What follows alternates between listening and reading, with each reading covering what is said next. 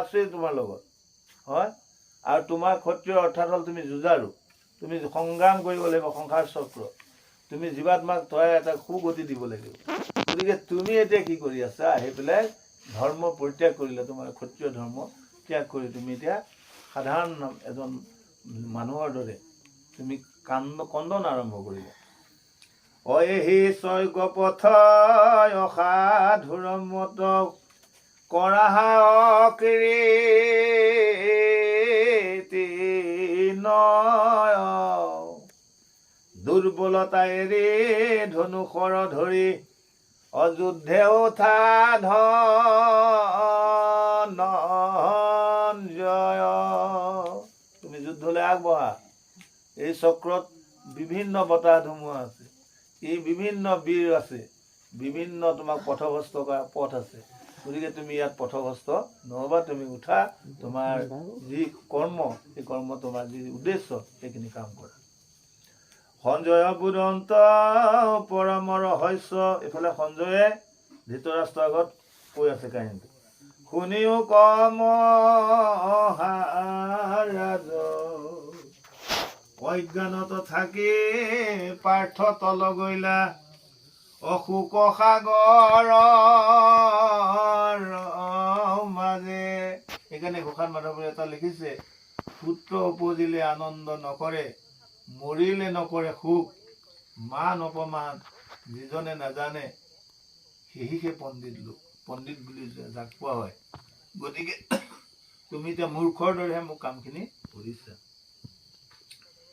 পাছে শিশিকেশে সাংখ্যই উপদেশে অজ্ঞান কৰিলা নাশ, ঘোৰ অন্ধকাৰ অনেক কালৰ অজেনে সূৰ্যে কৰে নাশ। সূৰ্য উদয়ৰ লগে লগে কৃষ্ণ সূৰ্য ভৈলন্ত উদিত যেতিয়া হ'ব নাম ধৰ্ম, যিটো নমনীয়তাৰ যিটো ধৰ্ম আছে সেই নাম ধৰ্ম কৰিলা বিদিত। গতিকে কৃষ্ণ সূৰ্য যেতিয়া প্ৰকাশ হ'ব, অন্ধকাৰ মৰি মানে যিটো অন্ধকাৰ ৰাতি, যিটো অমাৱস্যা ৰাতি পোহৰ হোৱা সূৰ্য অহাৰ লগে লগে ই আন্ধাৰ নাশ হ'ব। অ বোলে ধনঞ্জয় শুনা দয়াময়, যি কাৰণে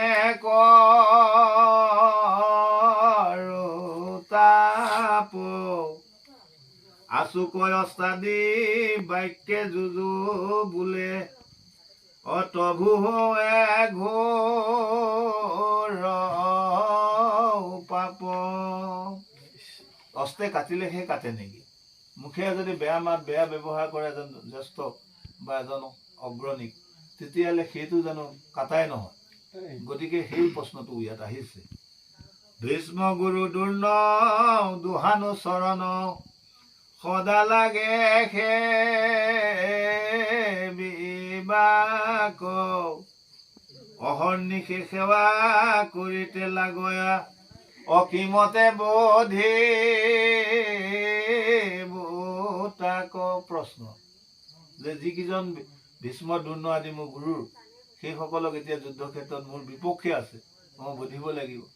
অৰ্থাৎ সেই বধটো পাপ নহয়। কেনেকৈ আমাৰ কিছুমান বস্তু আছে, প্ৰতিটো জেগাতে এজন এজন গাদী লৈ আছে, ইন্দ্ৰ আছে, 33 কোটি দেৱতা বন্দস্থান যাক কৃষ্ণই কৰিলে নিৰ্মাণ। গতিকে এইসকলৰ সন্তোষৰ কাৰণে, দেৱকুলৰ সন্তোষৰ কাৰণে আমি যদি কৰ্ম কৰোঁ, কৃষ্ণদেৱক লগ পোৱা নাযায়। গতিকে এইসকলক বুজিবৰ কাৰণে উপদেশ দিব। গুৰু ইষ্ট দেৱ নকহে গুজক, গুৰু ইষ্ট দেৱ সৰ্বভাৱে সেৱ, অকৰিতে লাগে সন্তোষ, প্ৰপন্ন শিষ্যক নকহে গুৰ্জক, অগুৰু পাৱে দুখ। এজন ভাল ছাত্ৰক শিক্ষকে ভালকে বুজাই কৰি দিলে, প্ৰপন্ন শিষ্যক গুৰুজনাই দি দিলে, যদি প্ৰপন্ন শিষ্যজনে এই কৰ্মখিনি নকৰে, তে গুৰুৱে মনত দুখ পায়। সেইকাৰণে আমাৰ যিবিলাক শৰণ লৈ আহিছোঁ, ভজন লৈ আছে, এইবিলাক চব ভস্ত হৈছে।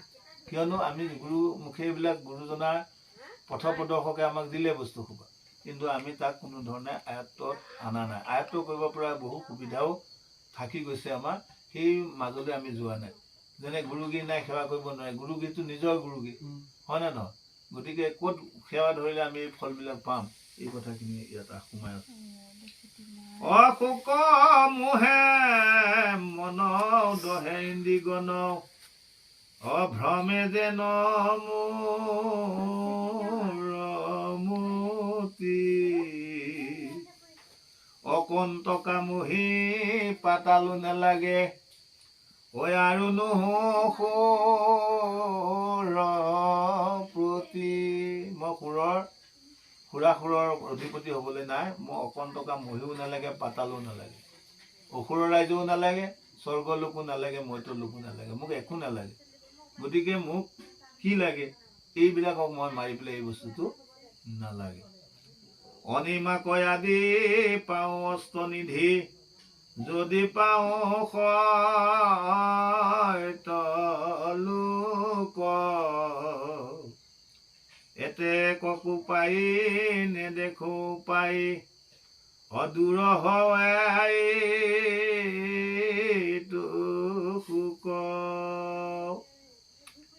নুবুজিবু বুলি প্ৰতিজ্ঞা কৰিয়া, অমনে ৰহিল বসি, অৰ্জুন কচাই কৃষ্ণে বুলিলন্ত, অল্প কৰি হাসি হাসি। কি কলে? অ জাত শোক নাই তাতে শোক কৰা, অ মই বাধো বাৰম্বাৰ,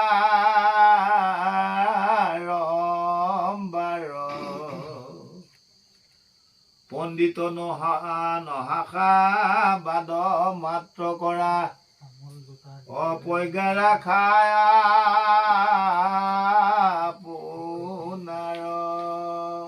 তুমি যে বধ কৰো কৈ আছা, এইবিলাক কৈ আছা, তুমি পণ্ডিত নহয়, এইটো বিষয়ে একো নাজানা। পণ্ডিতো নোহোৱা, বাদ মাত্ৰ কৰা, কিন্তু মোৰ লগত তৰ্কহে কৰিছা। প্ৰজ্ঞা ৰাখা আপোনাৰ, তুমি যে শ্ৰেষ্ঠ সেইটো বুজাব বিচাৰিছা, নহয়।